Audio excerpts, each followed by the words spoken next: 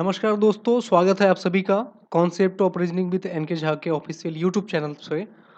आज एग्जामिनेशन हो रही है आरआरबी पीओ का, जिसमें 3 शिफ्ट का क्वेश्चन एनालाइजेशन करके मैंने उसको पूरा कलेक्ट किया है, जिसमें पजल्स और मिसलेनियस क्वेश्चन जितने भी पूछे गए हैं तीनों शिफ्ट का मैं बताऊंगा कि कैसे-कैसे हर चीज़ को चेंज किया गया है। हर शिफ्ट में कैसे-कैसे उनका जो पैटर्न है, कैसे-कैसे पैटर्न है उसको लेके चला है उन्होंने, और इससे आप अनुमान लगाएँगे कल के एग्ज़ाम में, ठीक है? अभी भी 2 शिफ्ट अभी बाकी है, शिफ्ट 4 और शिफ्ट 5।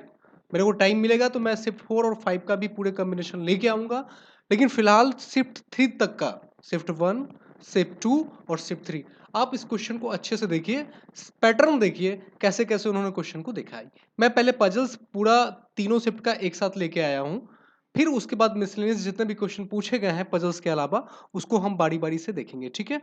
ज़रा-सा मैं आपको क्लियर कर दूँ, आप देखोगे यहाँ पे देखो, शिफ्ट 1 की जब बात करोगे तो शिफ्ट 1 में सर्कुलर सिटिंग अरेंजमेंट पूछा गया था। हमने बार-बार बोला है कि सर्किल से हो, स्क्वायर से हो या फिर रेक्टेंगल से हो, सिटिंग अरेंजमेंट आते ही आते हैं, ठीक है?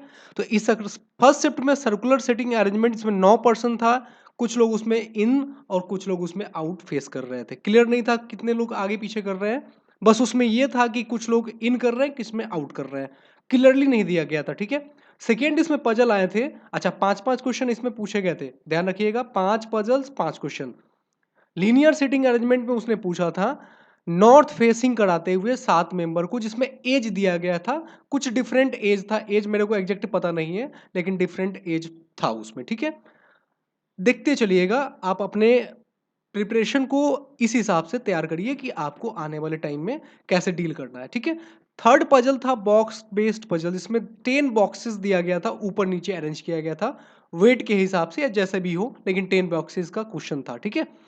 फोर्थ पजल था आपका फ्लोर बेस्ड पजल था, जिसमें 2 फ्लैट्स थे और 4 फ्लोर था, ठीक है? जैसे कि 2 फ्लैट्स और 4 फ्लोर्स दोनों में दिया गया था, और 10 मेन यानी कि 10 पीपल्स के रिस्पेक्ट में था, ऐसा क्वेश्चन शायद था, कंफर्म नहीं बता पाऊंगा, लेकिन 4 फ्लोर्स और 2 फ्लैट्स का क्वेश्चन जरूर था, ठीक है? लीनियर सिटिंग अरेंजमेंट पूछा गया था, जिसमें अनसर्टेन पूछा गया था। मैंने बार बार बोला है अनसर्टेन, ये क्वेश्चन आए हैं आरआरबी, पिछले साल भी आए थे और इस बार भी पूछा गया है। 28 पीपल के रिस्पेक्ट में पूछा गया था, इसमें ये आंसर था। उसमें जो जितने भी अरेंजमेंट थे वेरिएबल्स के साथ में वो पूछे गए थे, यानी कि टोटल 25 क्वेश्चन पूछे गए थे शिफ्ट 1 में, ठीक है? चलिए शिफ्ट 2 की बात करते हैं। शिफ्ट 2 में आपका अब देखिए कैसे उन्होंने चेंज किया। पहले उसने पूछा सर्किल में पूछा, वृत्त में पूछा, अब इसने रेक्टेंगल में पूछा। 8 पर्सन पूछा था, जिसमें क्लियरली दिया था कि 4 फेसिंग इन कर रहा है और 4 फेसिंग आउट कर रहा है, ठीक है? आराम से इसमें समझना है। 8 पर्सन रेक्टेंगुलर पूछा गया था, जिसमें 4 फेसिंग इन था और 4 फेसिंग आउट था, ठीक है? इसका मतलब ये था कि 4 को उसने कॉर्नर पे बैठाया था और 4 को उसने मिडिल में बैठाया था, ठीक है? अभी समझिए। सेकेंड पजल उसने पूछा था linear sitting facing north, 11 people के रिस्पेक्ट में पूछा था, यानी कि एक लाइन दे दिया था, सबको नॉर्थ फेस कराते हुए 11 पीपल था, ठीक है? थर्ड इसमें तो जो पजल्स पूछा गया था शिफ्ट 2 में, वो थर्ड था आपका floor based puzzle. Floor based puzzle, जिसमें year of birth of people दिया हुआ था, ठीक है? यानी कुछ फ्लोर्स दिया गया था, जिसमें कुछ लोगों का जन्म के हिसाब से, जन्म दिवस के हिसाब से उनका बर्थ जितने डेट में होता है उसके रिस्पेक्ट में दिया गया था, ठीक है? फ्लोर बेस्ड पजल, यानी कि फोर्थ जो पजल्स इसमें शिफ्ट 2 में आया थी, वो तो फ्लोर बेस्ड पजल था, जिसमें 9 फ्लोर था और 9 पीपल था, उसको उसी हिसाब से अरेंज करना था, और हर फ्लोर में एक आदमी ही बैठाएंगे। ये पिछला पैटर्न था, हमेशा पूछा गया इस पैटर्न से, तो आपको अनुमान लग जाना चाहिए फ्लोर बेस्ड में कैसे क्वेश्चन आ रहा है। और फिफ्थ जो नया देखने को आया है इसमें शिफ्ट 1 के रिस्पेक्ट में, तो उसमें था colour based puzzle with 3 variables दिया गया था। 3 वेरिएबल्स को कलर्स के रिस्पेक्ट में पजल्स दिया गया था, ठीक है? ये पजल्स आपका 3 थे, 2 सिटिंग अरेंजमेंट था, total 5 puzzles and sitting arrangement थे, 25 क्वेश्चन थे, ठीक है? यानी कि शिफ्ट 1 25 क्वेश्चन, शिफ्ट 2 25 क्वेश्चन, लेकिन शिफ्ट 2 में सॉरी शिफ्ट 3 में 20 क्वेश्चन पूछे गए थे, यानी कि पजल्स इसमें कम कर दिया गया था और बढ़ा दिया गया था, ठीक है? अब क्या क्या पूछा उन्होंने। पहला पूछा, देखिए फर्स्ट में सर्किल, सेकेंड में रेक्टेंगल और थर्ड में उसने स्क्वायर पूछ दिया है, और फोर्थ शिफ्ट में भी ऐसा देखने को मिल रहा है कि स्क्वायर पूछा है, ठीक है? तो स्क्वायर तो क्लियर है कि आपका सर्किल, रेक्टेंगल, स्क्वायर, ये इससे ही क्वेश्चन बनना है, बन रहे हैं, ठीक है? स्क्वायर सिटिंग अरेंजमेंट पूछा है उसने, जिसमें कॉर्नर जो पीपल बैठेंगे वो फेसिंग इनसाइड थे, और जो मिडिल में बैठा गया था, बीच में बैठा है, उसको आउटसाइड में बैठा दिया है। सेकेंड पजल्स में पूछा है मंथ बेस्ड पजल्स पूछा है, जिसमें 5 मंथ्स दिया था, जनवरी, मार्च, जून, नवंबर, दिसंबर दिया था, और उसके रिस्पेक्ट में 3 डेट दिए थे हर मंथ का, 5, 4 और 18। कहने का मतलब हर महीने में 3 डेट के रिस्पेक्ट में क्वेश्चन उसने उठाया था। ठीक है, फोर्थ पजल उसने पूछा था, सॉरी थर्ड पजल है आपका बॉक्स बेस्ड पजल है, जिसमें 10 बॉक्सेस पी से लेके वाई तक पूछा था, P Q R S T U B W X Y. ये बॉक्स बेस्ड यानी कि उसके ऊपर ऊपर इस तरह से पूछा उसने था। ठीक है, एकदम समझते चलिए फर्स्ट और सेकेंड और थर्ड के रिस्पेक्ट में कैसे कैसे क्वेश्चन उन्होंने चेंज किया है। इसमें फोर्थ पजल्स मात्र जो लास्ट आया था वो था एज बेस्ड पजल पूछा है। इवेंट्स इन डिफरेंट सिटीज, मतलब कुछ सिटीज दिया गया था, उसके हिसाब से कुछ कुछ एज दिया गया था जो लोग वहां पहुंच पा रहे हैं। कुल मिला के 20 क्वेश्चन पूछे गए थे। ये पजल्स एंड सिटिंग अरेंजमेंट का तीनों था। आप एक बार फिर से क्रॉस चेक करिए, मैं समझा देता हूँ। सर्किल पूछा था, सेकेंड में पूछा था रेक्टेंगल, और थर्ड में पूछा था स्क्वायर। सेकेंड पजल्स की बात लीनियर सिटिंग अरेंजमेंट पूछा था इसने 11 पीपुल का। उसके बाद इसमें लीनियर पूछा जाएगा तो नॉर्थ प्लस एज, यानी कि 2 वेरिएबल्स के साथ में अरेंजमेंट उसने पूछ दिया था।